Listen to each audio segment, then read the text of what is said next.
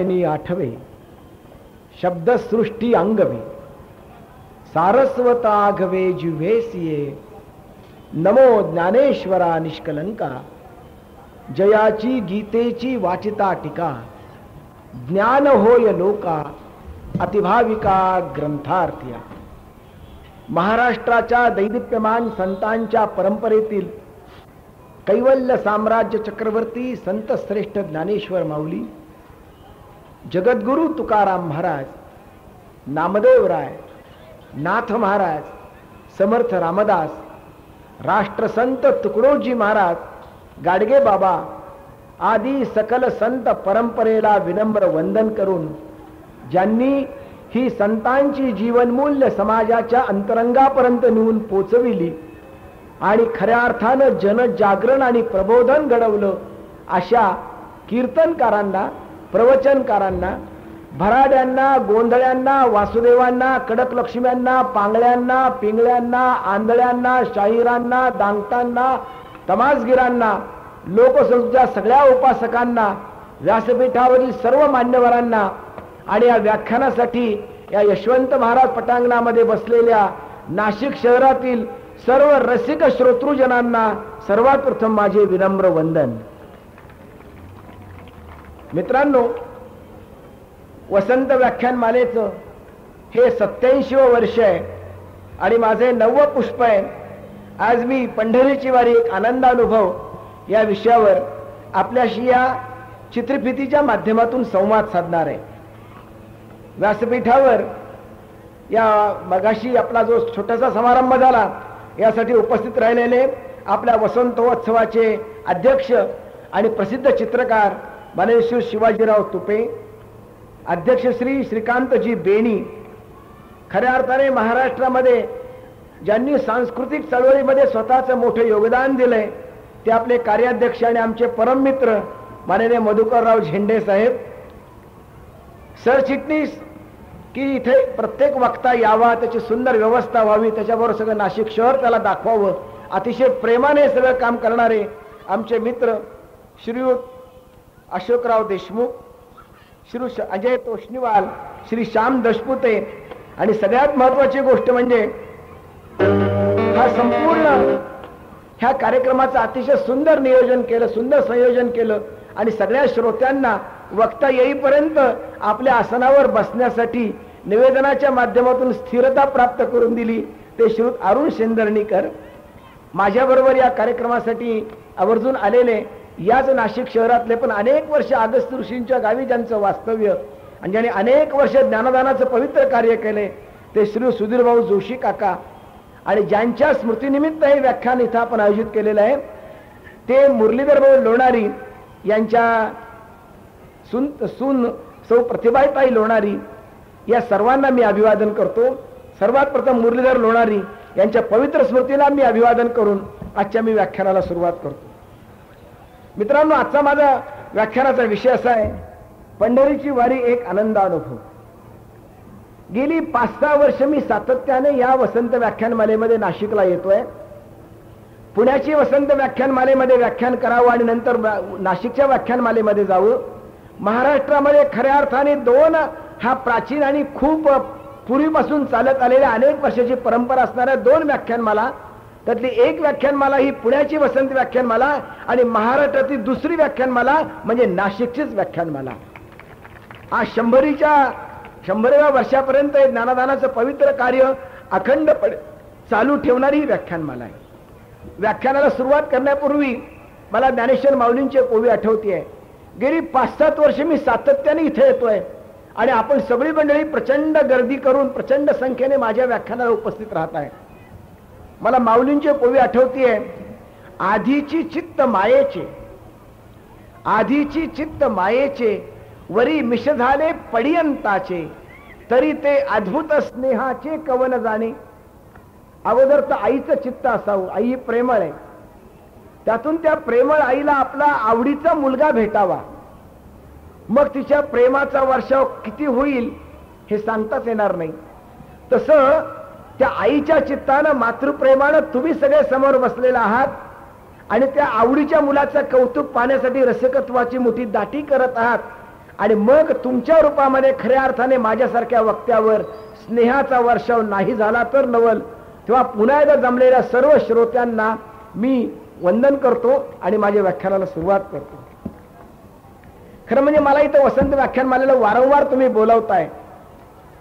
साधारणपणे एखाद्या वक्त्याला एक वर्ष बोलवलं, दुसऱ्या वर्षी बोलवलं जात नाही, पण दरवर्षी बेणे साहेबांचं, झेंडे साहेबांचं, देशमुख साहेबांचं पत्र येतो.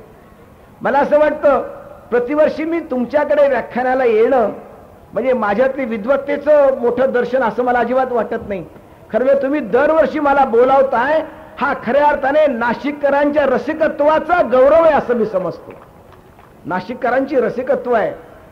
मित्रांनो, टाळे वाजवायच्या वेळेला संकोच करू नका, कारण आचार्य यात्रांनी मराठी माणूस कुणाला म्हणावं असं एक सांगितलं. मराठी माणूस कुणाला म्हणू, ज्याचं आडनाव झेंडे आहे, ज्याचं आडनाव जोशी आहे, ज्याचं आडनाव लोणारी आहे, ज्याचं आडनाव देखणे आहे.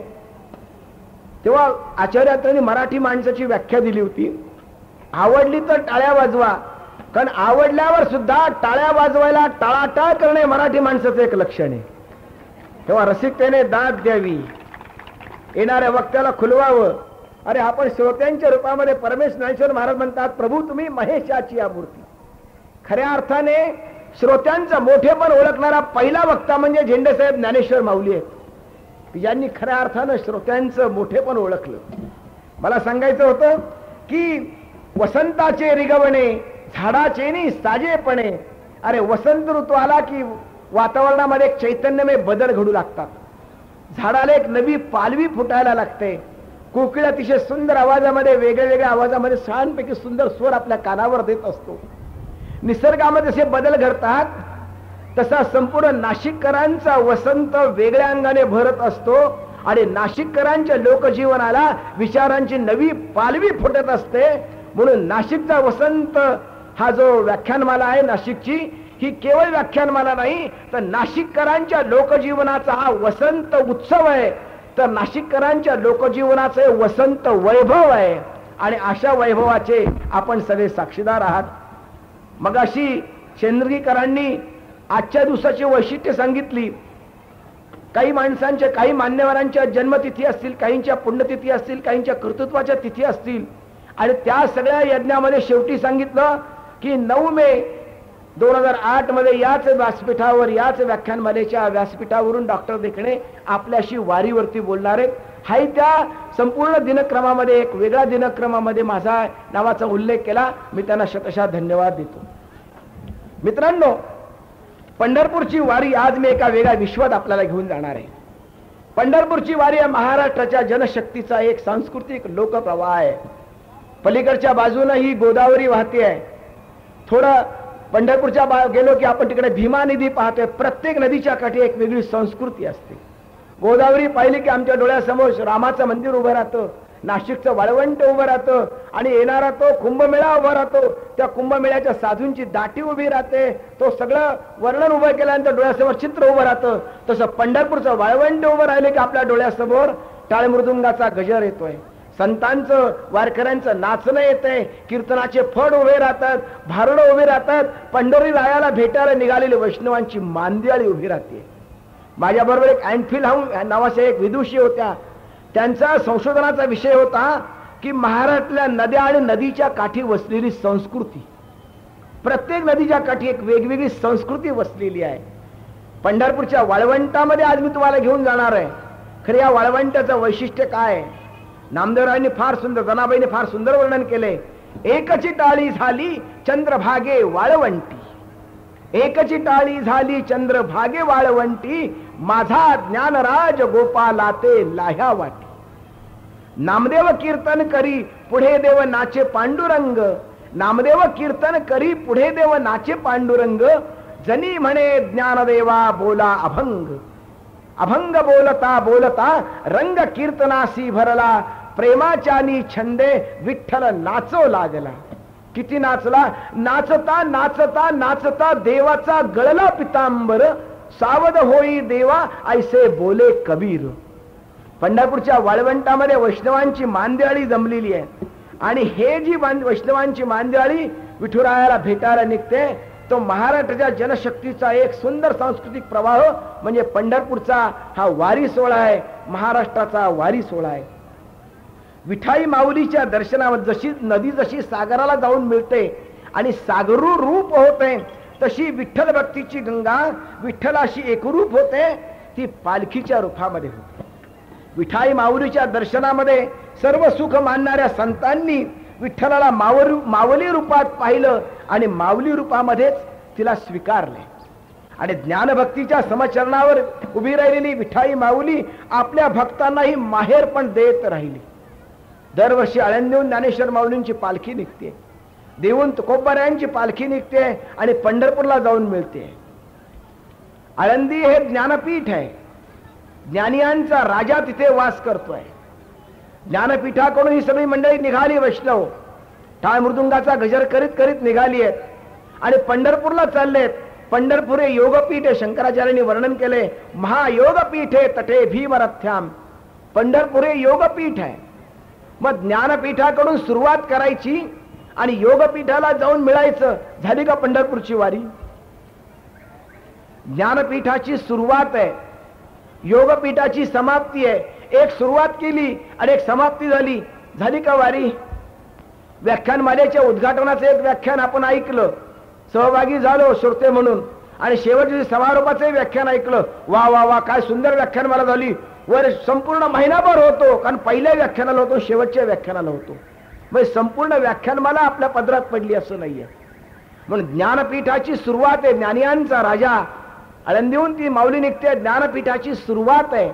मित्रांनो, प्रत्येक वाक्य महत्वाचं आहे. आवडलं तर टाळ्या वाजवा, नाही आवडलं तर वाजवू नका, पण प्रत्येक वाक्याला दाद दिली पाहिजे. काकासाहेब कालेलकरांचं एक वाक्य आहे, महाराष्ट्राच्या माणसांची दुर्दैव असं आहे की निर्धनता हे दुःख नाहीये, पण निरसता हे मोठं दुःख आहे. रसिकतेने दाद दिली पाहिजे, रसिकतेने त्या प्रत्येक गोष्टीचा आस्वाद घेतला पाहिजे. अरे या लोकजीवनामध्ये व्याख्यानमालेचे तुम्ही विषय पाहिले असतील, तत्वज्ञानापासून लोकसाहित्यापर्यंत, राजकारणापासून गावगाड्यापर्यंत, अध्यात्मापासून शृंगारापर्यंत सगळ्या विषयांचा परामर्श घेणारी वेगवेगळ्या विचारवंतांची विचारांची मैफिल या व्याख्यानमालेच्या निमित्ताने नाशिककरांना मिळते. खरोखरच नाशिककर हे भाग्यवान असले पाहिजे. मी मगाशी सांगतोय ही ज्ञानपीठाची सुरुवात आहे. माऊलींच्या गावाहून, आळंदीहून ज्ञानपीठाच्या गावाहून वारकरी निघाले. म्हणून ज्ञानपीठाची सुरुवात, योगपीठाची समाप्ती, पण मधल्या प्रेमपीठाची वाटचाल म्हणजे पंढरपूरची वारी आहे.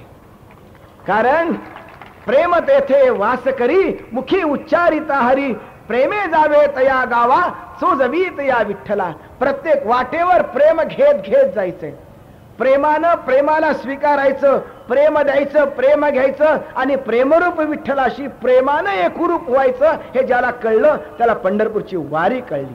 अखंड प्रेमाचा वाहता समय. आणि मग मला असं वाटतंय, मला एक वाक्य मुद्दाम म्हणावं असं वाटतं, वारी नेमकं काय?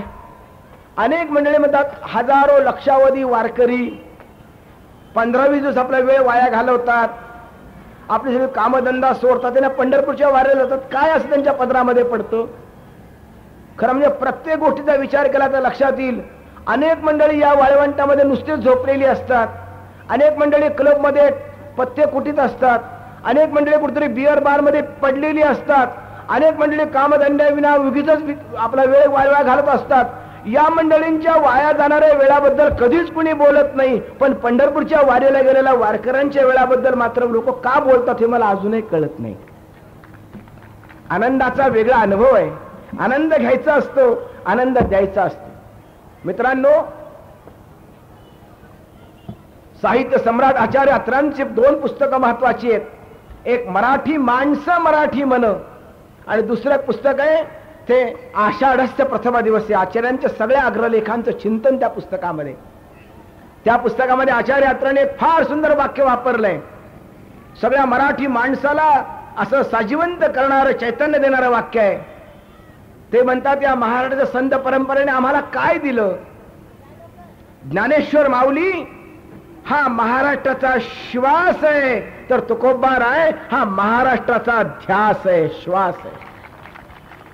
ज्ञानोबा तुकाराम, ज्ञानोबा तुकाराम, ज्ञानोबा तुकाराम, ज्ञानोबा माऊली तुकाराम, ज्ञानोबा माऊली तुकाराम, ज्ञानोबा माऊली तुका. असं करत करत ही लक्षावधी माणसं पंढरपूरला निघालीत.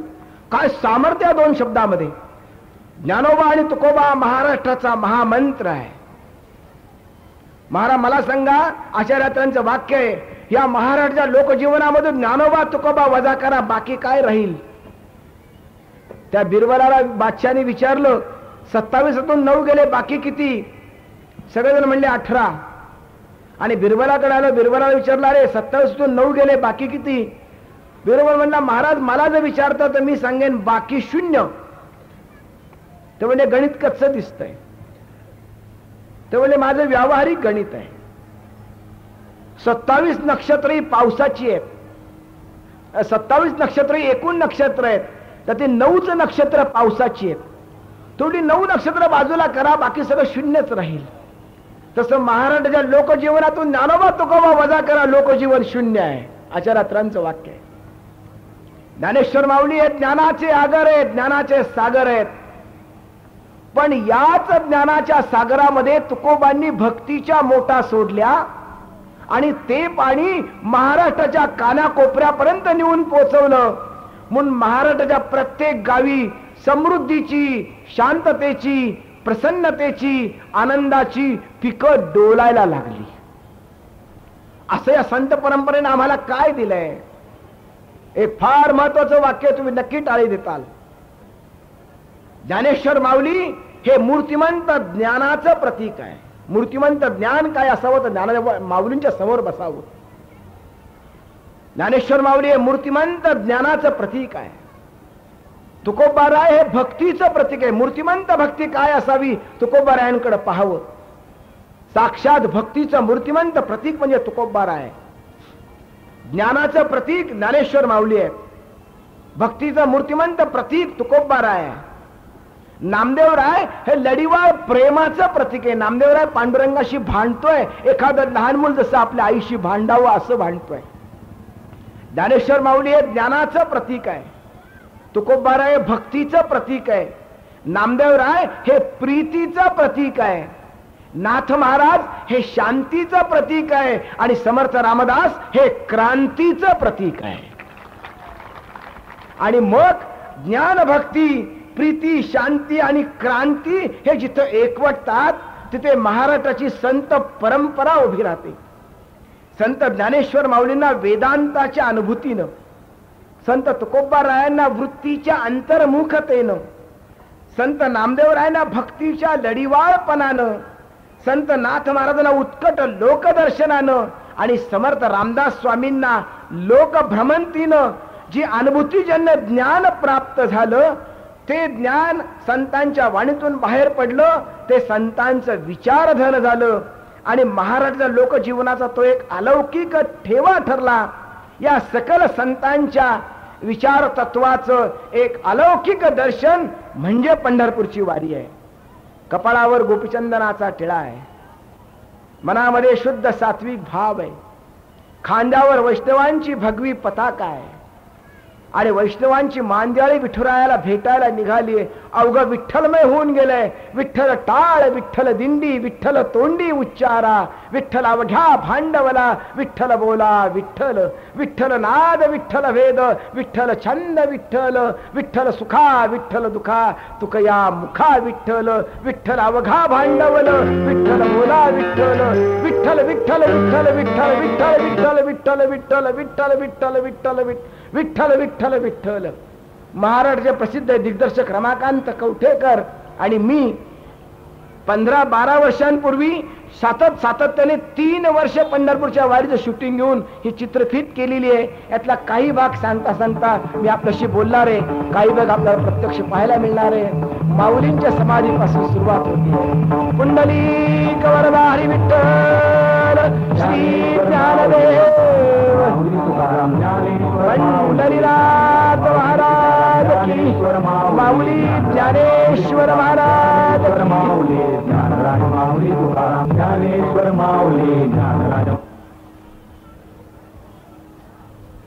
मोठा करा आवाज. ज्ञानेश्वर माऊली ज्ञानराज.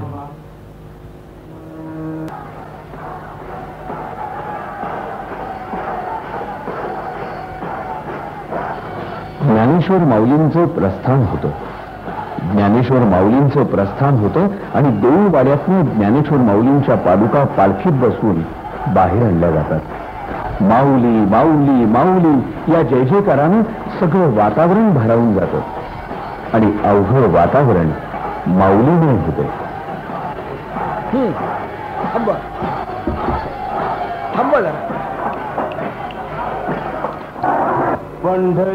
ज्ञानेश्वर आळंदीच्या देऊळ वाड्यातून ज्ञानेश्वर माऊलींचं प्रस्थान होतं. पहिल्या दिवशी माऊलींचा मुक्काम आजोळघरी गांधीवाड्यामध्ये असतो.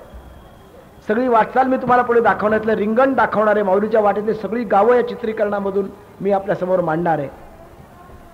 खरं म्हणजे या वारीमध्ये 3 गोष्टी आहेत. माणसं चालत असतात, कुठेतरी संध्याकाळच्या रात्रीच्या गावी मुक्काम घेत असतात आणि कुठेतरी मधल्या टप्प्यामध्ये 2-3 विसावे असतात. मला असं वाटतं माणसंही चालत असतात, चालण्यामधला माणूस वेगळा असतो, चालणं वेगळं असतं. म्हणून ही द्वैत भावाची वाटचाल आहे. वारीचं अतिशय सुंदर मी असं समीकरण केलं, एक वेगळी व्याख्या दिली आहे. द्वैत भावाची वाटचाल, अद्वैत भावाचा मुक्काम, पण प्रेम भावाचा विसावा म्हणजे पंढरपूरची वारी आहे. प्रत्येक वाटेवर हे प्रेम घेत घेत आनंदानं फुलवलेलं आणि नैतिकतेचं शिक्षण देणारं स्वतंत्र एक लोक विद्यापीठ आहे. वारीच्या रूपात संतांनी मानवतेचा धर्म दिला, ग्रंथातील अद्वैतता कृतीमध्ये उतरली, भक्तीची पेट फुलली, अद्वैताचा व्यापार सुरू झाला, सदाचाराची देवाणघेवाण झाली आणि अवघाची संसार सुखाचा झाला. अवघाची संसार सुखाचा करीन, आनंदे भरीन तिन्ही लोक, जाईन गे माये तया पंढरपुरा, भेटेन माहेरा आपुलिया. आता ही पंढरपूरच्या वारीची परंपरा जी आहे, ही किमान पंढरपूरच्या वारीची परंपरा 1000 वर्षापूर्वीची आहे.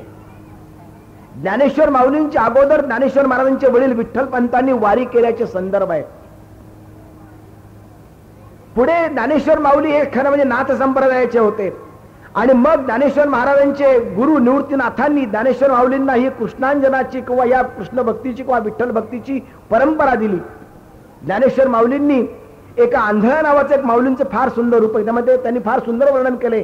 कृष्णांजन एक वेळा डोळा घातीला आढळ, तिमिर दुःख गेले फिटले भ्रांती पडळ, श्री गुरु निवृत्तीराये मार्ग दाविला सोज्वळ, बाप रखमा देवी वरू विठ्ठल दिनांचा दयाळ, धर्म जागो सदैवाचा जे बापर उपकारे, आंधळ्या दृष्टी देता त्याचे नाम मी उच्चारी, धर्म जागो सदैवाचा जे बापर उपकारी, कृष्णांजन एक वेळा डोळा घातिले आढळ.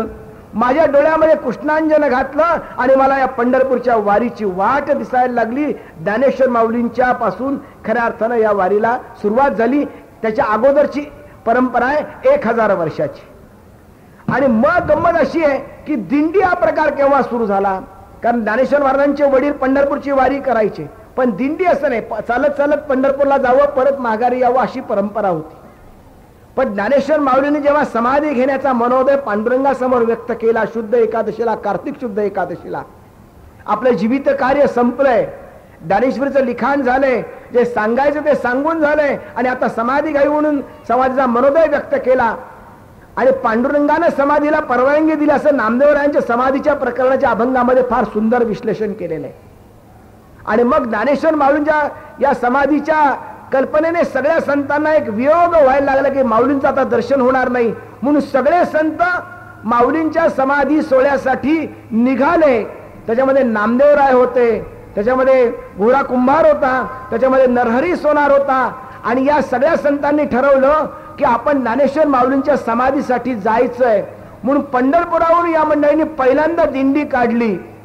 मित्रांनो, भारतामधली नव्हे जगातली सगळ्यात पहिली दिंडी ही पंढरपूरवरनं आळंदीला आलेली आहे आणि नामदेवराय त्या दिंडीचे विणेकरी आहेत.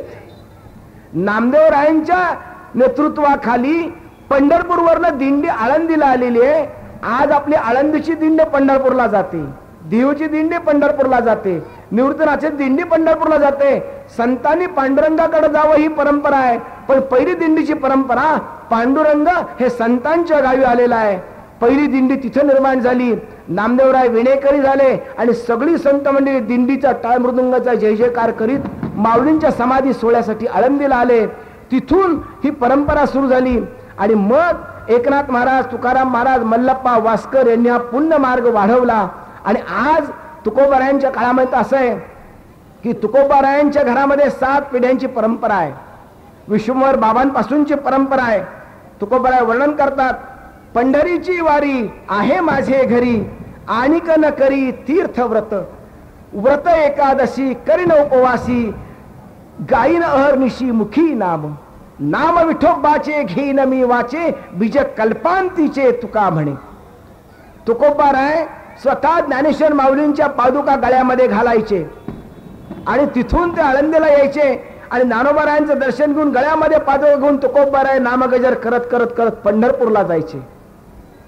तुकोबारायांच्या नंतर तुकोबारायांचे बंधू ही परंपरा चालवत होते. नंतर तुकोबारायांचे चिरंजीव नारायणबाबांनी काही वर्षी ही परंपरा चालवली आणि मग नारायणबाबांची परंपरा, त्यानंतर नारायणबाबा पहिल्यांदा पालखी सुरू केली नारायणबाबांनी. त्या पालखीमध्ये नारायणबाबा पहिल्यांदा तुकोबारायांचे पादुका ठेवायचे. देहूवरून प्रस्थान व्हायचं, ती दिंडी आळंदीला यायची, आळंदीहून प्रस्थान व्हायचं. म्हणून आज सुद्धा आषाढ वद्य, ज्येष्ठ वद्य अष्टमीला, सप्तमीला पहिलं प्रस्थाने देहूचं आहे आणि अष्टमीचं दुसऱ्या दिवशी प्रस्थाने आळंदीचं आहे. पहिल्यांदा देहून तुकोबारायांच्या पादुका पालखीमध्ये घालाव्यात, ती पालखी आळंदीला यावी आणि आळंदीमध्ये ज्ञानेश्वर माऊलींच्या पादुका घालाव्यात आणि मग दोन्ही संतांना घेऊन ती पालखी निघावी. हे सगळं तोपर्यंतची परंपरा आहे. पण पुढे आज जे आपल्याला वारीचं सुंदरचं स्वरूप दिसतंय, या सगळ्याच्या पाठीमागे उभे राहिले ते हैबत बाबा आहेत. थोडंसं पुढे घेऊया आणि मग मी हैबत बाबांची परंपरा सांगतोय. पुढे घ्या. त्या पादुका पालखीत ठेवल्या जातात आणि ती पालखी चांदीच्या रथामध्ये ठेवून ज्ञानेश्वर माऊली पंढरपुराकडे निघतात.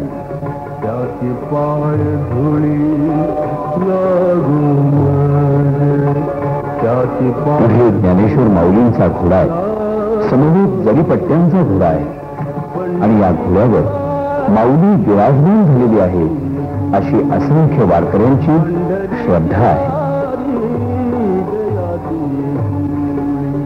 ज्ञानेश्वर माऊलींच्या अगोदरपासून त्यांच्याही घरामध्ये वारीची परंपरा होती.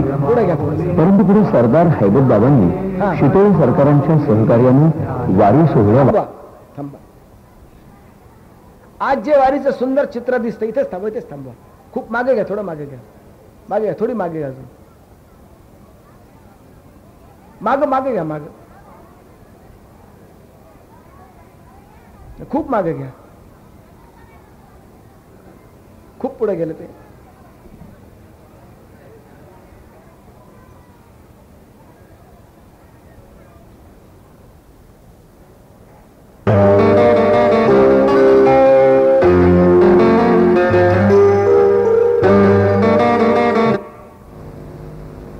तिथपर्यंत आणून ठेवा, तिथपर्यंत आणून ठेवा. लक्षात आले ना? ठीक आहे, त्यांचं होईपर्यंत मी तुम्हाला पुढचा भाग सांगतो.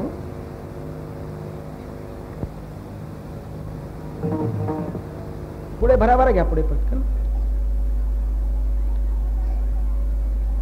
परंपरा नेमकी झाली कशी? या आज जे वारीचं सुंदर स्वरूप दिसतं, या सगळ्याच्या पाठीमागे तुम्ही परत पुढे घेतलं, तिथे आणून थांबवा. ज्ञानेश्वर माऊलींचे तंबू बैलगाडीत नाही, मागे तिथे थांबवा ना, तिथे फक्त थांबवायचं, मला बोलायचंय पुढचं. स्वरूप दिसतं याच्या पाठीमागे हैबत बाबा. ह्या हैबत बाबांची थोडी परंपरा सांगितल्याशिवाय वारीची आजची परंपरा कशी सुरू झाली लक्षात येईल. आज जे आपल्याला वारीचं शिस्तबद्ध स्वरूप दिसतंय, लक्षावधी माणसं वारीमध्ये सहभागी होतात, पण कधीही पोलिसांचा बंदोबस्त ठेवावा लागत नाही, स्वयंशिस्तीने सगळी वाटचाल चालते. हैबत बाबा हे ग्वाल्हेरच्या शिंद्यांच्या दरबारीमध्ये सरदार होते. एकदा ते ग्वाल्हेरवर निघाले महाराष्ट्रामध्ये यायला आणि महाराष्ट्रामध्ये येत असताना मधल्या काही भागामध्ये भिल्लांच्या टोळीने त्यांना अडवलं. हैबत बाबा हे वयोवृद्ध झालेले होते. त्यांना अडवलं आणि एका गुहेमध्ये त्यांना डांबून ठेवलं. आता या गुहेतून आपली काही सुटका होणार नाही, हैबत बाबांचे मनोमन खात्री पटली. हैबत बाबा हे ज्ञानेश्वर माऊलींचे अतिशय परम भक्त होते. त्या लष्करात असताना सुद्धा हरिपाठ म्हटल्याशिवाय त्यांनी कधी जेवण घेतलेलं नव्हतं. त्या गुहेत डांबल्यानंतर हैबत बाबांनी हरिपाठ म्हणायला सुरुवात केली. 2-3 दिवसांनी असा एक चमत्कार झाला की त्या लुटारूंच्या टोळीचा जो नायक होता त्याला बरेच दिवस मुलबाळ होत नव्हतं आणि नेमकं त्या दिवशी त्याची बायको बाळंतीण झाली, त्याला मुलगा झाला आणि त्याच्या मनामध्ये असं काहीतरी आलं की ज्या सत्पुरुषाला आपण डांबून ठेवलंय त्या महापुरुषाच्या पुण्याईनं आपल्याला पुत्रप्राप्ती झाली. त्याने हैबत बाबांना सोडून दिलं. नुसतं सोडून दिलं नाही, त्याचं सगळं द्रव्य त्यांना देऊन टाकलं आणि सन्मानाने त्यांना पूर्ण महाराष्ट्राच्या संपूर्ण सीमेपर्यंत संरक्षण देऊन परत पाठवलं. हैबत बाबांचं गाव साताऱ्यामधलं आरफळ संस्थान. जेव्हा हैबत बाबा पुन्हा इकडे आले तेव्हा ते म्हणाले आता मी आरफळला जाणार नाही, कारण नाहीतरी त्या टोळीवाल्यांनी जर मला मारलं असतं तर माझा इथंच अंत झाला असता. आता उरलेलं सगळं आयुष्य आहे हे मला अतिरिक्त आयुष्य मिळाले, हे आयुष्य मी माऊलींच्या सेवेमध्ये घालवणार. आणि हैबत बाबा तिथून आळंदीला आले. आळंदीला माऊलींच्या समाधीची अवस्था थोडीशी वेगळी होती. गवत वाढलेलं होतं, अस्वच्छता झालेली होती. हैबत बाबांनी सगळं गवत काढलं, समाधी स्वच्छ केली आणि त्या समाधी पुढे हैबत बाबा रोज खांद्यावर विणा घेऊन भजन म्हणायला लागले. आपल्याकडे वारकरी मंडळींना माहिती असेल, पंढरपूरच्या वारीमध्ये आपण मालिका म्हणत जातो भजनाची. इतकं एकरूपता आहे की एका दिंडीमध्ये सुरुवात केल्यानंतर आपण जर मधल्या दिंडीत गेलो तरी तोच अभंग चालू असतो. पहिलं मंगलाचरण आहे, दुसरं मंगलाचरण आहे, तिसरं मंगलाचरण आहे, नंतर मग भूपाळी आहे, नंतर आंधळा आहे, नंतर पांगळा आहे, नंतर भैरा आहे, नंतर मुका आहे, मग वासुदेव आहे, मग गवळणी आहे. असे सगळे क्रम ठरलेला. हा क्रम दिला कोणी? एवढ्या शिस्तीमध्ये चालण्याचा क्रम दिला कोणी? हैबत बाबा ज्या क्रमाने ज्ञानेश्वर माऊलींच्या समोर अभंग म्हणायचे, ते हैबत बाबा ज्या क्रमानं म्हणायचे त्या क्रमानं अभंगांचं संकलन केलं गेलं आणि त्यातून आपली भजनी मालिका तयार झाली, जी मालिका आज वारकरी संप्रदायामध्ये भजनी मालिका म्हणून मान्यता पावलेली आहे. आणि मग नंतर अनेक मालिका निघाल्या आणि मग त्या हैबत बाबांनी लक्षात आलं की माऊलींची पालखी वेगवेगळ्या पद्धतीने निघते. कोणी गळ्यामध्ये पादुका घालून निघतायत, शिस्त नाहीये. हैबत बाबा हे लष्करामध्ये होते. मग त्यांनी औंधच्या पंतप्रतिनिधींकडून काही साहित्य मागवलं, लवाजमा मागवला. शितोळे सरकार अंकलची त्यांच्याकडे त्यांची मैत्री होती, त्यांच्याकडून काही घोडे मागवले, तंबू मागवले, प्रसादाचं साहित्य मागवलं, नैवेद्याचं साहित्य मागवलं आणि मग वारीच्या सोहळ्याला सुंदर असं शिस्तबद्ध रूप दिलं.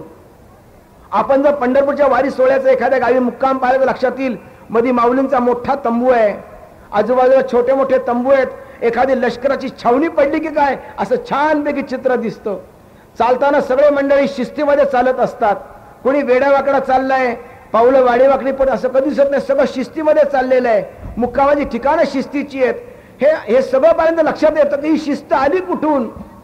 हैबत बाबांनी लष्करी शिस्तीमध्ये हैबत बाबा वाढल्यामुळे त्यांनी संपूर्ण वारीलाही शिस्त दिली. म्हणून मी माझ्या पद्धतीनं वारीचं एक सुंदर विश्लेषण केलंय. पंढरपूरची वारी म्हणजे लष्करी शिस्तीचा आध्यात्मिक आविष्कार. लष्कराची शिस्ती आहे आणि मग या शिस्तीतून सगळी मंडळी जात असतात. पुढे ज्ञानेश्वर माऊलींची पालखी आता पुण्यावरून ही सासवडला निघाली. एक छोटंसं रूपक सांगतो, मग पुढचं आपल्याला करायचंय. सासवड हे सोपान देवांची नगरी आहे. सासवड ही आचार्य आत्र्यांची नगरी आहे. मी नेहमी म्हणतो की सारस्वताचा एक प्रवाह आळंदीच्या रूपामध्ये माऊलींच्या रूपात इंद्रायणीहून आळंदीमध्ये आला.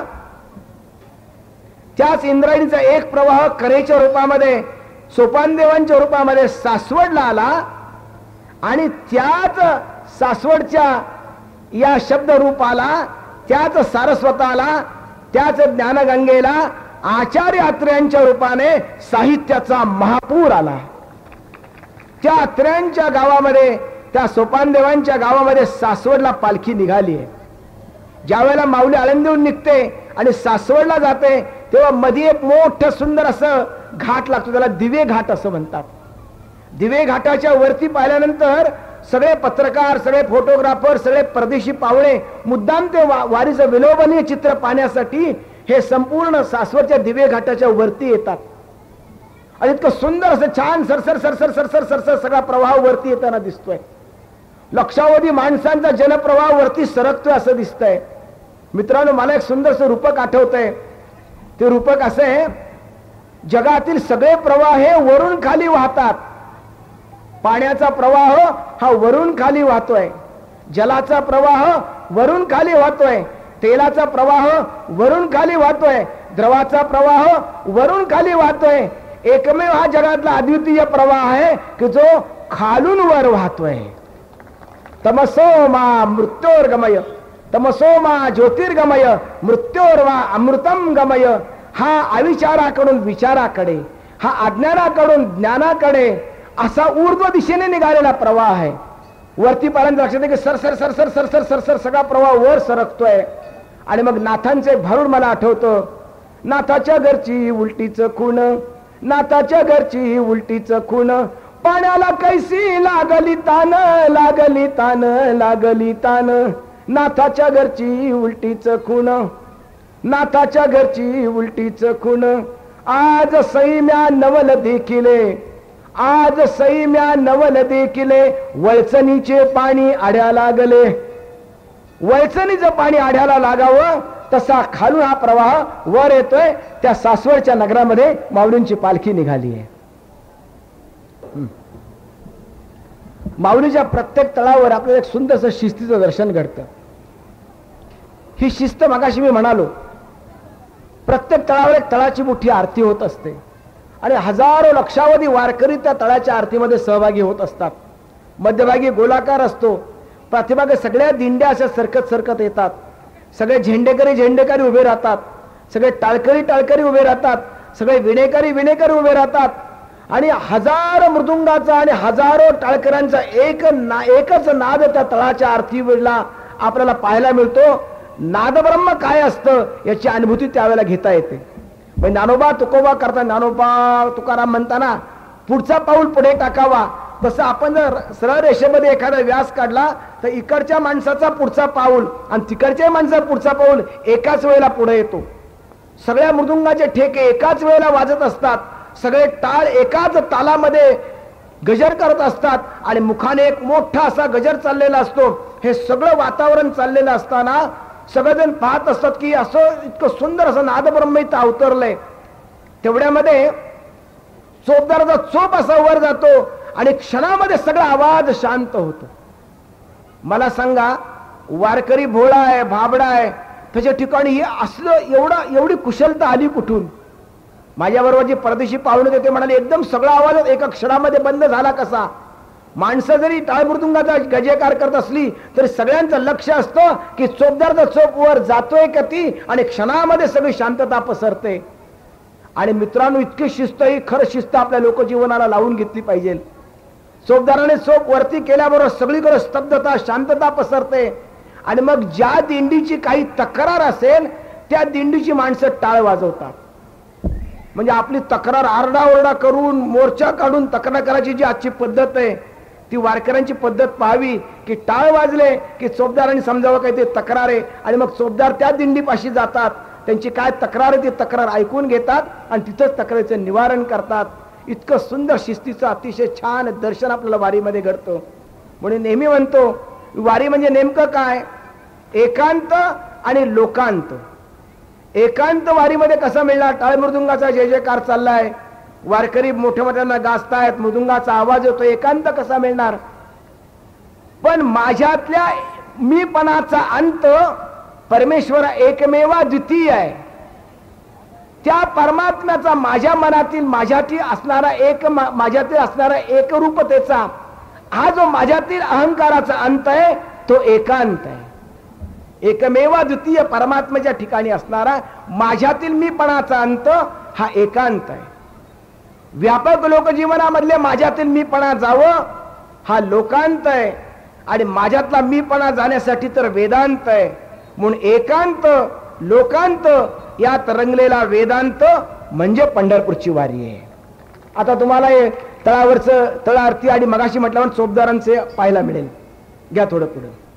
आणि मग टाळ मृदुंगाच्या जय जयकारामध्ये हा आरती सोहळा रंगतो. हा पाहायला गावोगावचे भाविक जमतात. या सोहळ्यात वारकऱ्यांचं वेगळेच दर्शन घडतं. टाळ मृदुंगाच्या जय जयकारात नाग ब्रह्म अवतरतो. चोपदार चोप वरती करतात आणि आणि क्षणात नाद थांबतो.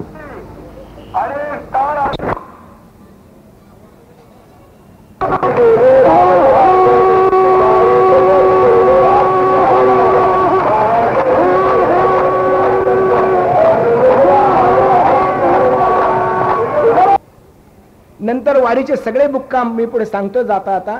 सासवडचा मुक्काम झालाय, जेजुरीचा मुक्काम झालाय, नंतर निरेचा मुक्काम, निरेनंतर वाल्याचा मुक्काम आहे, वाल्यानंतर लोणंदचा मुक्काम आहे, लोणंदनंतर तरडगावचा मुक्काम आहे, फलटणचा मुक्काम आहे. पुढे आपण त्या प्रकारात येणार आहोत.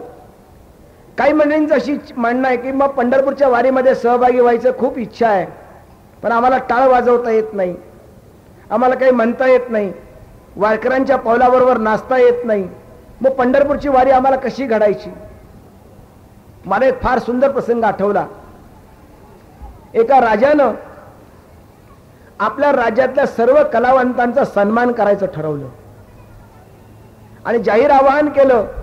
एका मोठ्या दालनामध्ये सगळ्या कलावंतांनी आपली कला सादर करावी, ज्याच्याकडे काही वाद्य असेल ते वाद्य घेऊन यावे आणि ती वाद्य इथे सादर करतात त्याचा परफॉर्मन्स दाखवावा, सादरीकरण करावं. आणि राजा प्रत्येक कलावंतांचा सत्कार करणार आहे. राजाचे ते कलेचे जे सगळे कोणी सल्लागार होते ते सगळे गायक मंडळी, वादक मंडळी, सल्लागारही बसली होती, राजाही बसला होता. प्रत्येक जण आपापलं वाद्य घेऊन येतोय. राजा समोर त्या वाद्याचं सादरीकरण करून दाखवतोय. ते वाद्य ऐकून राजा प्रभावित होतोय आणि त्या कलावंताला भरभरून दान देतोय, भरभरून बक्षिसी देतोय. हे किती दिवस चालायचं. खूप कलावंत त्याच्या राज्यामध्ये होते. पहिला 2 दिवस झाले, 3 दिवस झाले, राजाने 3 दिवस दिला. पुढे असं म्हटलं की अजून खूप कलावंत राहिलेत. मग राजाने सांगितलं आता सगळ्यांची कला ऐकायला मला वेळ नाही, मग तुम्ही फक्त तुमचं वाद्य घेऊन यायचं आणि वाद्य घेऊन कलावंत यायचे आणि फक्त वाद्य दाखवायचे. राजा म्हणायचं काही हरकत नाही, यांना देऊन टाका.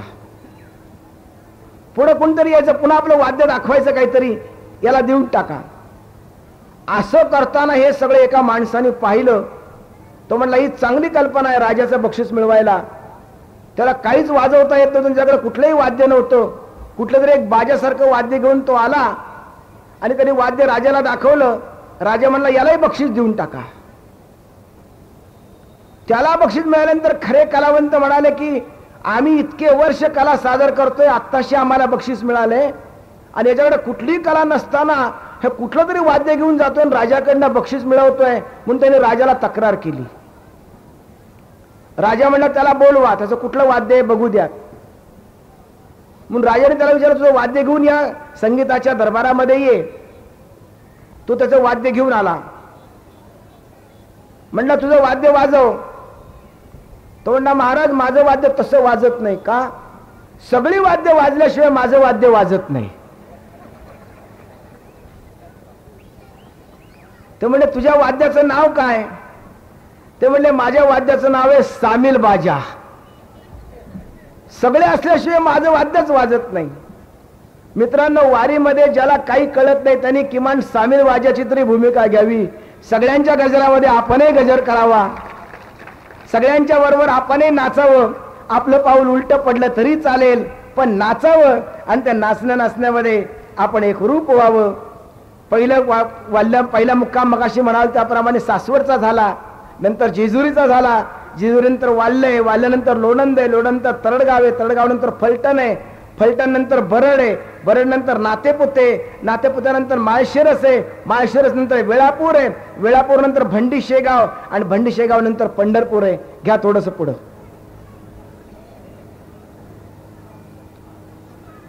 भराभरा पुढे जाऊ द्या, जाऊ द्या भराभरा पुढे, जाऊ द्या भराभरा पुढे, जाऊ द्या पुढे, जाऊ द्या पुढे.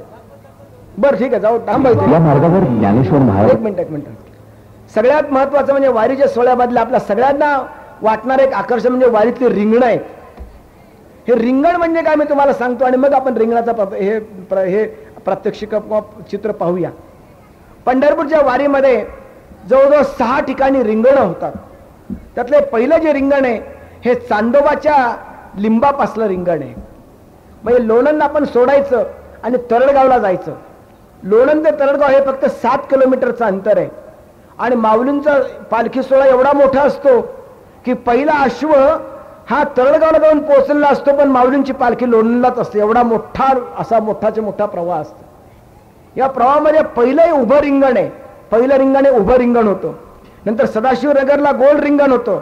नंतर माळशिरस सोडल्यावर पुढे आणखीन एक गोल रिंगण होतं. वेळापूर सोडल्यावर ठाकूरबाच्या समाधीजवळ अजून एक गोल रिंगण होतं. भंडी शेगावला सोडल्यावर दुपारी 2:30 वाजता एक उभं रिंगण होतं आणि 4:30 वाजता एक गोल रिंगण होतं. रिंगण म्हणजे नेमकं काय? गोल रिंगण आणि उभं रिंगण असे रिंगणाचे 2 प्रकार आहेत. गोल रिंगण म्हणजे असं मोठा गोलाकार होतो. सगळे वारकरी, सगळे फडकरी, सगळे दिंडीकरी, सगळे टाळकरी असे गोलाकार उभे असतात. मध्यभागी काही माणसातून मधून एक असं घोड्यांना जाण्यासाठीची वाट ठेवलेली असते. पहिला जो घोडा असतो तो घोडेस्वाराचा घोडा आहे की ज्या घोड्यावरती जरीपटकाचा झेंडा घेऊन तो घोडेस्वार बसलेला आहे. आणि दुसरा जो घोडा आहे तो घोडा नुसता रिकामा आहे. तो रिकामा का असावा? कारण त्या घोड्यावर प्रत्यक्ष ज्ञानेश्वर माऊली विराजमान झालेत म्हणून त्या घोड्यावर दुसरं कुणी बसत नाही. आणि मित्रांनो, वर्षभर त्या घोड्यावर कुणी बसत नाही, कारण माऊली त्या घोड्यावर बसलेत अशी श्रद्धा आहे सगळ्यांची. आणि मग ते सगळे घोडे गरगर गरगर गरगर गरगर गरगर गरगर गरगर गरगर इतके रिंगणात असे नाचतात, गोल फिरतात की डोळ्याचं पारणं फिटावं इतकं ते सुंदरपैकी असं लष्कराचं एक सुंदर चित्र पाहायला मिळतं. हे रिंगण म्हणजे नेमकं काय? रिंगण म्हणजे गोलाकार, रिंगण म्हणजे गोल, रिंगण म्हणजे वर्तुळ. रेष काढली तर एका बिंदूपासून रेष सुरू होती आणि दुसऱ्या बिंदूला जाऊन मिळतीये. पण रिंगण हे कुठल्याही बिंदूपासून सुरू होतं आणि त्याच बिंदूला पुन्हा येऊन मिळालं की रिंगण पूर्ण होतं. हे रिंगणाचं एक वेगळं रूपक आहे. कोणत्याही जीवाला आपल्या जीवावस्थेपासून या रिंगणामध्ये यायला मिळतं. जीवस्वरूपापासून निघायचं, व्यापक शिवस्वरूपाला वळसा घालायचा आणि पुन्हा आपल्या जीवरूपामध्ये येऊन मिळायचं. हे मिळणं झालं की रिंगण पूर्ण होतं. बघा रिंगणाचं किती सुंदर रूपक आहे. जीवावस्थेकडून निघायचंय, पुन्हा व्यापक शिवावस्थेला वळसा घालायचा आहे आणि पुन्हा आपल्या जीवरूपाच्या बिंदूपाशी येऊन मिळायचंय. विश्वाचा खेळ हे परमात्म्याचं रिंगण आहे आणि आनंद जीवनाचा खेळ हे प्रत्येक जीवाचं रिंगण आहे. पण हे रिंगण जर आनंदी व्हायचं असेल तर रिंगणाची मर्यादा ओलांडायची नाहीये. म्हणून नीती, धर्म, संयम, अध्यात्म याच्या रिंगणामध्ये जेवढे जेवढे म्हणून खेळ होतात हे सगळे खेळ जीवनाला आनंद देऊन जातात. या रिंगणामध्ये फुगडे होती, या रिंगणामध्ये हुतुतू होतो, या रिंगणामध्ये आट्यापाट्या होतात, या रिंगणामध्ये वेगवेगळे योगाचे प्रकार होतात. आणि मग मी रामदेव बाबांची चर्चा केली तेव्हा लक्षात आलं की सगळे योगाचे प्रकार वारकरी चाललेले असतात. कंबर दुखत असती, पायावर ताण पडलेला असतो, कुठला तरी अवयव, हे सगळे प्रकार रिंगणातल्या खेळामध्ये वेगवेगळ्या व्यायामाच्या प्रकारात बसवले जातात. आणि सुंदरपैकी व्यायाम होऊन सगळे अवयव शिथिल होऊन पुन्हा ताजतवाना होऊन चैतन्यरूप होऊन माऊली माणसं वारकरी पुन्हा माऊलीच्या सोहळ्यामध्ये सहभागी होतात. त्यातलं पहिलं रिंगण आपल्या समोर दाखवलं जात आहे. हे तरडगावचं उभं रिंगण आहे. नमस्कार, जाऊ द्या पुढे. ही सोहळ्यातलं हे पहिलं उभं रिंगण वारी सोहळ्याचं हे एक वेगळंच आकर्षण असतं. गावोगावची अनेक भाविक मंडळी हे रिंगण पाहायला येतात. हे रिंगण संपल्यानंतर माऊली मार्गस्थ होतात. ज्ञानेश्वर माऊली, ज्ञानराज माऊली तुकाराम.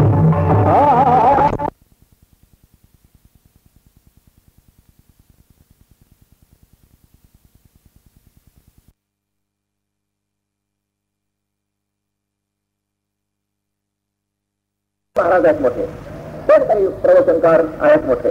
तो प्रवचनकार संपला, सगळं संपलं.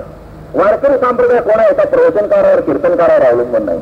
माझ्यासारखी किती आले तरी गेले तरी वारकरी संप्रदायाची परंपरा चालू राहील. कारण का? वारकरी संप्रदायाने सत्तेचं विकेंद्रीकरण केलंय. परत जायला परवानगी आपल्याला किशोर महाराज साखरे या वारीमध्ये अनेक मान्यवरांच्या मुलाखती सुद्धा या फिल्ममध्ये घेतल्या. आणि नवीन वारीची सांगत होती येऊ शकत नाही. वारी ही 3 दिवसांनी पूर्ण होते. दशमी, एकादशी आणि द्वादशी. एकादशी व्रत 3 दिवसांनी पूर्ण होतं. तर एकादशी व्रताचा प्रारंभ दशमीपासून होतो आणि द्वादशीला तो पूर्ण होतो. म्हणून सगळ्या वारकऱ्यांची पूर्वीपासूनची परंपरा या सात्विक भूमिकेवर दशमीला येण्याची उलट पूर्वी काही वारकरी असं म्हणत असत, वागत असत.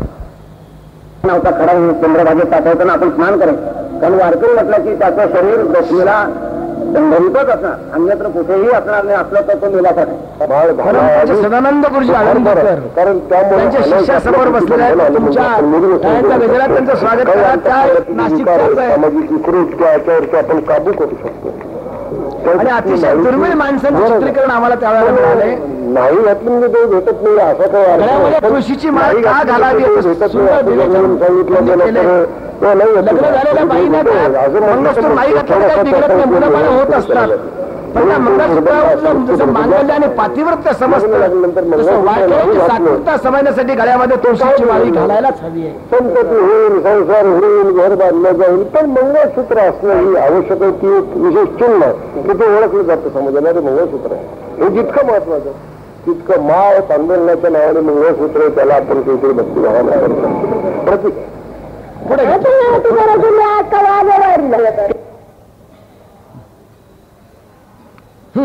थांबा. हे सदाशिवनगर देवाच्या टप्प्याकडे जवळजवळ येतोय. मला नेहमी असं वाटतं पंढरीची वारीची मी खूप व्याख्या सांगितल्या, रूपकातून मांडलं. ज्ञानेश्वर महाराज म्हणतात, येणे मार्ग जया ठाया जाईजे, ते गावची आपण होईजे, हे सांगो काय सहजे जाणसी तू. एक माणूस, पूर्वीच्या काळातला एक माणूस प्रवास करायला निघालाय. टप्प्याटप्प्याने प्रवास करतोय, गाव गाठत गाठत प्रवास करतोय. आणि त्याला अशी अनुभूती आली आहे, 4-5 मुक्काम झाल्यानंतर लक्षात आलंय की ज्या गावाला आपण जायचंय ते गावच आपण होऊन गेले. मित्रांनो, पंढरपूरच्या वाटेला जावं, पांडुरंगाच्या गावाला जावं आणि आपणच पांडुरंग होऊन जावं. इथं साधन आणि साध्य एकरूप होतात. साधनातून माणूस साध्यात केव्हा जातो आणि साध्यातून पुन्हा साधनामध्ये केव्हा येतो हेच कळत नाही. आणि हे सगळं कळताना अतिशय निरंकारी वृत्तीने तो सहभागी झालाय. काही माणसांना पंढरपूरची वारी हा एक अहंकार असतो. किती वर्ष वारी करताय मला विचारताय काय? 25 वर्ष वारी करतोय. जो माणूस वारीची गणना करतोय तो त्या माणसाला वारी अजिबात समजली नाही असं समजावं. अरण्याच्या वाटेमधून वाटचाल करत करत 2 माणसं चाललेली आहेत. एकाच्या पायामध्ये काटा मोडला, अतिशय वेदना झाल्या, काटा सलतोय. काय करावं, काटा तर काढणं गरजेचं आहे. मग दुसरा माणूस पाहतोय काटा कशाने काढायचा म्हणून पाहतोय तर पलीकडच्या बाजूला एक बाबळीचा काटा दिसतो आणि त्या बाबळीच्या काट्यानं याच्या पायातला तो काटा काढतो. हातामध्ये काढलेला काटा हातामध्ये ठेवतोय. अरे बापरे म्हणलं, एवढा मोठा काटा माझ्या पायात घुसला होता. जो काटा पायात घुसला होता त्या काट्याने पायाला वेदना होत होत्या म्हणून त्या काट्यानं हा काटा काढला. जो काटा वेदना देत होता तो काटा फेकून दिला आणि ज्या काट्यानं काटा काढला तो काटा काय देवघरात पूजेला ठेवला. ज्या काट्यानं वेदना दिलाय तोही काटा बाजूला गेला आणि ज्या काट्यानं काटा काढलाय तोही काटा फेकून दिला. तसं ज्या ज्ञानानं अज्ञान गेलं ते अज्ञानही दूर केलं आणि ज्या ज्ञानामुळे अज्ञान गेले त्या अज्ञानाचं अहंकारपणे घालवलं. असं अहंकारपण घालवलं ज्याला कळलं त्याला वारकरी होता आलं. आणि असा वारकरी आहे ज्या गावाला गेल्यावर संसार हा मोक्षरूप होतो त्या गावाला नेण्याची वाटचाल म्हणजे पंढरपूरची वारी आहे.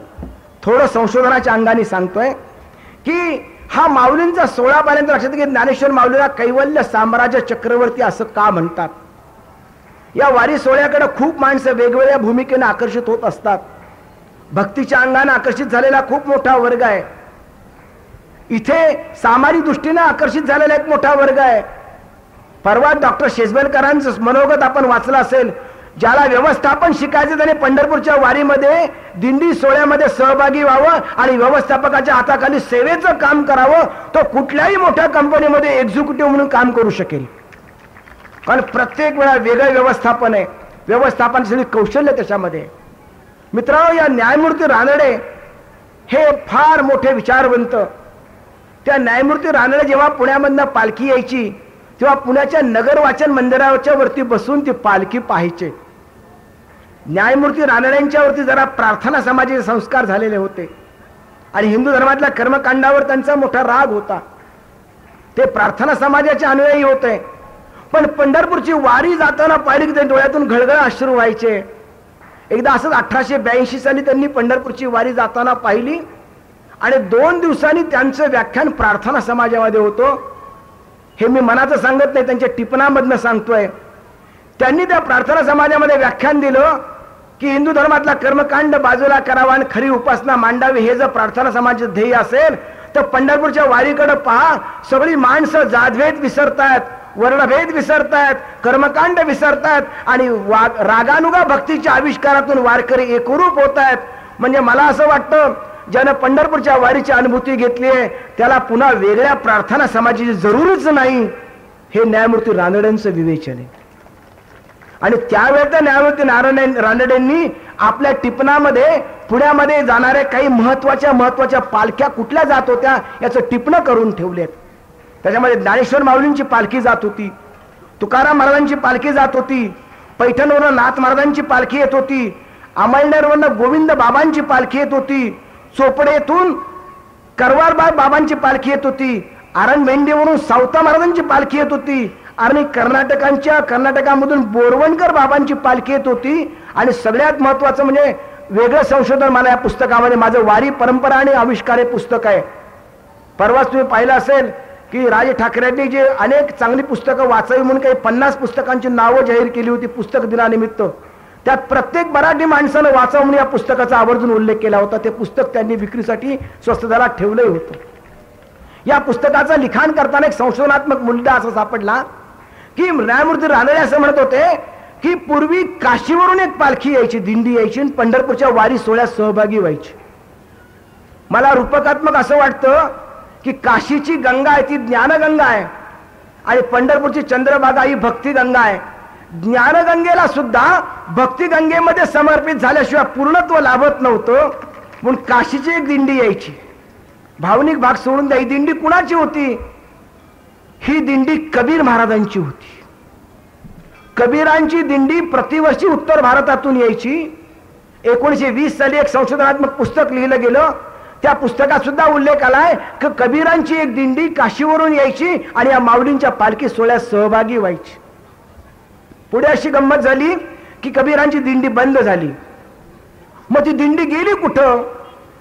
ताई मुद्दाम संदर्भ देतोय. दिंडीच्या वाटीमध्ये सगळ्या दिंड्यांचे क्रम आहेत, तुम्हाला माहिती आहे. त्याच्यामध्ये वास्करांची सर्वात जुनी दिंडी आहे आणि वास्करच्या 2 दिंड्या आहेत. त्यातली वास्करांची 7 नंबरची दिंडी आहे. त्या दिंडीमध्ये आपल्या सगळ्यांच्या दिंडीमध्ये दिंडीच्या पुढे सगळ्यात पुढे असे झेंडेकर उभे असतात. झेंडा घेऊन दिंडीमध्ये चालणं अवघड गोष्ट आहे. झेंडा असं फडकडत असतो, ती पताका अशी पुढे मागे होत असते आणि आपण सावरून त्या पताकेला सावरून उभं राहायचं असतं. म्हणून खालची पताका बांधलेली असते फडफडू नये म्हणून इतक्या छानपैकी. आणि ते दिशा देत देत पुढे सगळे झेंडेकरी असतात, पाठीमागे सगळे टाळकरी असतात, तशा पाठीमागे विणेकरी असतात, विणेकरीच्या पाठीमागे सगळी तुळशी वृंदावन घेतलेल्या बायका आणि सगळ्या महिला वारकरी असतात आणि या शिस्तीमध्ये ती दिंडी चाललेली असते. तेव्हा माझ्या लक्षात आलं की सगळ्या दिंडीमध्ये पहिले जे झेंडे आहेत ते सगळे वारकऱ्यांचे झेंडे हे भगवे झेंडे आहेत आणि वारकऱ्यांच्या झेंड्याचा भगवा रंग वेगळा आहे. असा बटबटीत भगवा रंग, तलमी भगवा रंग, केशरी भगवा रंग असं नाहीये. मांजर पाठाचं कापड कावेमध्ये भिजवल्यानंतर येणारा जो मातट रंग आहे त्याला कशाय असं म्हणतात. तो रंग म्हणजे वारकऱ्यांची पताका आहे. सगळ्या पताका भगव्या रंगाच्या आणि त्या वास्करांच्या दिंडीमध्ये एक पताका मला अशी पांढऱ्या मातट रंगाची दिसली आणि मग माझ्यातल्या संशोधन वृत्तीला थोडीशी चालना मिळाली. मग मी विचार केला ही एकच पांढरी पताका आली कुठून? आणि मग शोध घेता घेता लक्षात आलं न्यायमूर्ती रानडेने लिहून ठेवल्याप्रमाणे ती कबीरांची दिंडी यायची.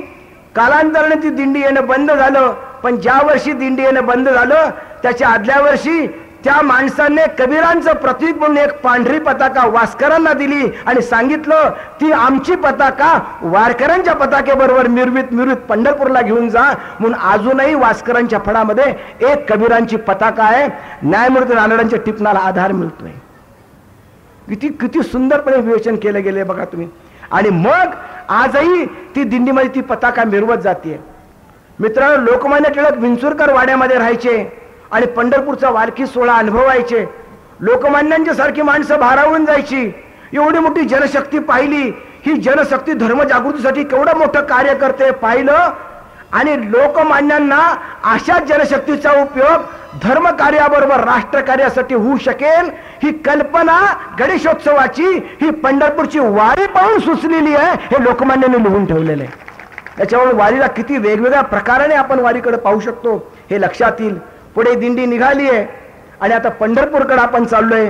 शेवटचं पांडुरंगाचं दर्शन घ्यायचंय. थोडं पांडुरंगावर मी निवेदन करणार आहे. जाऊ द्या पुढे. कधी या वारीमध्ये अभिनेत्रीचं सुद्धा दर्शन घडतं. या माऊलीमध्ये सगळे संतांचे थोडं पुढे घ्या. दर्शन झालं.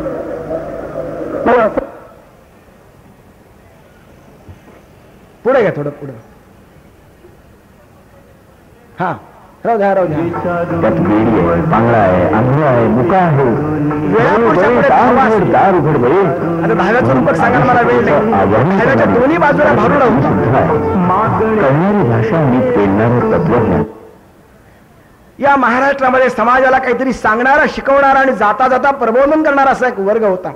वाघ्या, मुरळी, भराडी, गोंधळी, बालदार, सोपदार, कोलाठी, फकीर, मानभाव, दोरशी, पांगळा, पिंगळा, आंधळा, बैरा, बोड, बट्टी हा सगळा वर्ग. ह्यांचा लोकसंपर्क प्रचंड मोठा होता आणि संतांना आपले विचार लोकांपर्यंत मांडायचे होते. काहीतरी माध्यम ते शोधत होती.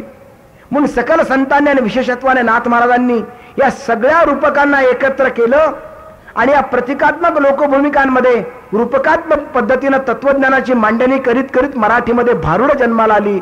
पंढरपूरच्या वारीमध्ये वेळापूरला धावा झाला की दुतर्फा सगळ्या फडांवर भारुडा होतात आणि भारुडाचा एक वेगळा आनंद लोक घेत असतात. ही भारुड वेळापूरची भारुड आहेत. त्यापुढे संत साहित्याचा हा एक आगळा वेगळा खजिना भारुडांच्या रूपामध्ये वारी सोहळ्यामध्ये सगळ्यांना चाखायला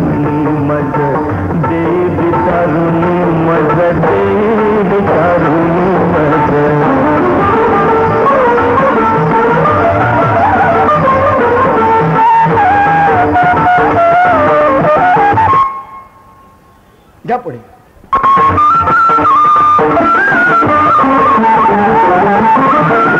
नको दुर्जनांचा संग क्षण क्षणाचित भंग. नको दुर्जनांचा संग क्षण क्षणाचित भंग. जन्म घेईन मी नाना बहुतोषीन ठाकूरबाईंच्या समाधीचं दर्शन घेऊन बरोबर आहे का पुढे. आता पंढरपूरलाच पाठवा.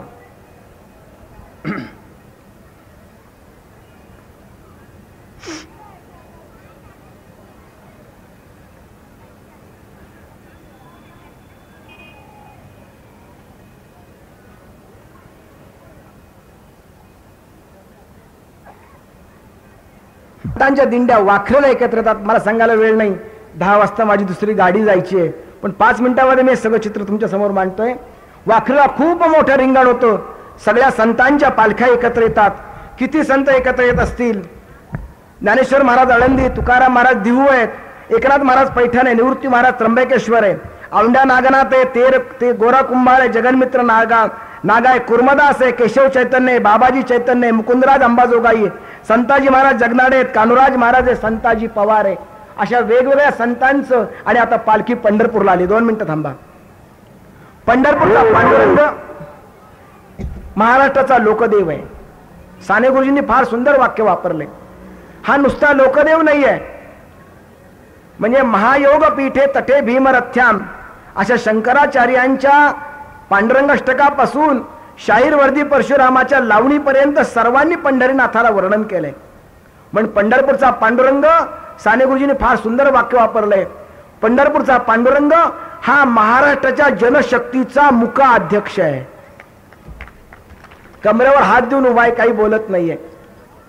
पांडुरंगाच्या पायावरती लोक हार टाकतात, बुक्का टाकतात, पैसे टाकतात. तसे खेड्यातल्या सासूरवासीन बाई आली आणि तिने पांडुरंगाच्या पेटीमध्ये एक चिठ्ठी टाकली.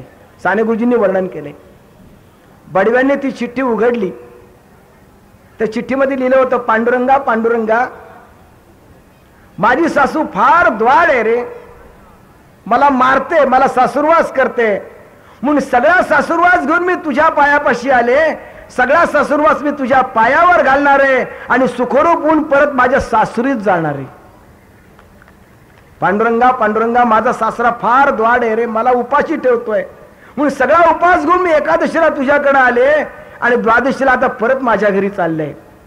पांडुरंग लोकदेव आहे, पांडुरंग परब्रह्म आहे, ब्रह्माचा बोला फिटावा, अद्वैत तत्वे तो भेटावा, ऐसा मंत्र देखीला कणवा वेदे बापे.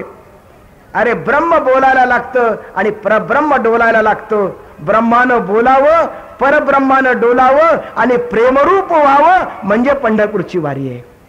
आणि असा पांडुरंग जो आहे तो परब्रह्म आहे, तसंच तो सामान्य माणसाचं दुःख व्यथना मांडण्याचं एक साधन सुद्धा आहे. आणि या पांडुरंगाला, पांडुरंगाचं नावच असं आहे, काळी छटा आणि धवल छटा याच्या मिश्रणाला पांडुरंग असं म्हणतात. पांडुरंग शास्त्री आठवलेंनी फार सुंदर विवेचन केले. ते म्हणजे कृष्णा मूळचा काळा आहे, तो सारा दिवस रानामध्ये काम करून गाईच्या थव्या संगे जेव्हा घरी परत यायचा तेव्हा गाईच्या पावलाने उडत असलेली धूळ त्याच्या चेहऱ्यावर पसरायची आणि त्याचा धूळ मिश्रित हे चेहरा जो आहे ना, हा चेहरा म्हणजे पांडुरंग आहे. मूळचा काळा आणि कर्मयोगाने आलेली धवलता म्हणजे वृत्तीचा काळेपणा आणि कर्मयोगाची धवलता आणि दोन्हीचं एकत्रीकरण झालेला जो रंग आहे तो पांडुरंग आहे. ते पंढरपूर 28 युग हे पंढरपूरचं पांडुरंग विटेवर उभं आहे खऱ्या अर्थानं. आणि त्या पांडुरंगाला भेटण्यासाठी ही वैष्णवांची मांदियाळी आता पंढरपुरात आलेली आहे. घ्या गाव प्रदक्षिणा करण्यासाठी सर्व दिंड्या निघतात. माऊलींचा रथही निघतो. टाळ मृदुंगाच्या जय जयकारात सर्व दिंड्या रामप्रदक्षिणा घालतात. परमात्मा दर्शन हेच सुखाचंही सुख. किंबहुना विठुरायाच्या चरणावर डोकं ठेवलं सुखाची प्राप्तीच होते. ही वारकऱ्यांची श्रद्धा नव्हे तर प्रत्यक्ष अनुभवच आहे. जीवातली सारी वासना शांत होते, खरं तर संपते. पंढरपूरच्या महाद्वारापर्यंत आपण आलोय, पंढरपूरच्या मंदिरापर्यंत आपण आलोय. वारी म्हणजे नेमकं काय? कधी एखादेने वैकुंठा जावे, हे तिही वैकुंठाची केले आगवे, तैसे नाम घोषे गवरळे धवळले विश्व. एखाद्याला वैकुंठाची प्राप्ती होते, पण प्रत्येक नामगजरामध्ये वैकुंठ उभं करायचं सामर्थ्य या वारीनं आम्हाला दिलंय. जीवनाला वेगळा वळण दाखवणारा जीवनाचा एक सांस्कृतिक प्रवाह आहे. माणसाचा अभिमान विसरायला लावणारी परंपरा आहे. मला वाटतं ज्ञानेश्वर माऊलींनी फार सुंदर रूपक दिले. आगा बाळकाते लेव विजय लेणे, तयाप्रमाणे ते काय करणे, तो सोहळा भोगणे जननी येसी दृष्टी. लहान मुलाला आई नटवते, त्याला छानपैकी अंगरखा घालते, अंगडं टोपडं घालते, दागिने घालते आणि त्याला स्वतःची दृष्ट लागू नये म्हणून तीट पण लावते. मला वाटतं माऊलींनी या सोहळ्याच्या रूपामध्ये आपल्याला नटवलंय आणि हे नटलेलं रूप पाहण्याची दृष्टी ज्ञानेश्वर माऊलींच्याच कडे आहे. पंढरीनाथाचं हे विराट दर्शन पाहायचं असेल तर एकदा तरी पंढरपूरला जायला पाहिजे. आता पांडुरंगाच्या आपण मंदिरापर्यंत जाऊन पोहोचलेलं आहे. एकच शेवटचं वाक्य सांगायचंय. माऊली म्हणतात, अंगाची सुंदरपणे लेनिया अंगाची होय लेणे, तेथ अलंकारिले कवळ कवने हे निर्वचेना. वारकऱ्यांच्या स्वाभाविक म्हणजे एखाद्या सुंदर स्त्रीला अलंकाराने नटवावं, ती मुळात सुंदर आहे आणि अलंकार घालून अजून नटलेली आहे. मग अलंकारामुळे ती सुंदर दिसतीये का तिच्या सुंदरपणामुळे अलंकार सुंदर दिसतात हे सांगणं फार अवघड आहे. येथं कुणी कुणाला नटवलंय, कुणी कुणाला अलंकाराला हे समजत नाहीये. तसं वारकऱ्यांच्या स्वाभाविक भक्ती सौंदर्यानं पांडुरंगाचं सुंदरते ध्यान झालंय की पांडुरंगाच्या सुंदरते ध्यानाचं चैतन्य रूप घेऊन वारी नटली आहे. कुणी कुणाला नटवलंय हे समजत नाही. शेवटी एवढंच म्हणावे लागेल, सामोरी माघारी माझे चित्त तुझे पाया पडली. पंडितरायाचं दर्शन घ्यावं. पाहता लोचन विसावणे, आता दृष्टी पुढे ऐसाची तूच आहे, जोगी तुझं पाहे. पुंडलिक वरदा हरी विठ्ठल श्री ज्ञानदेव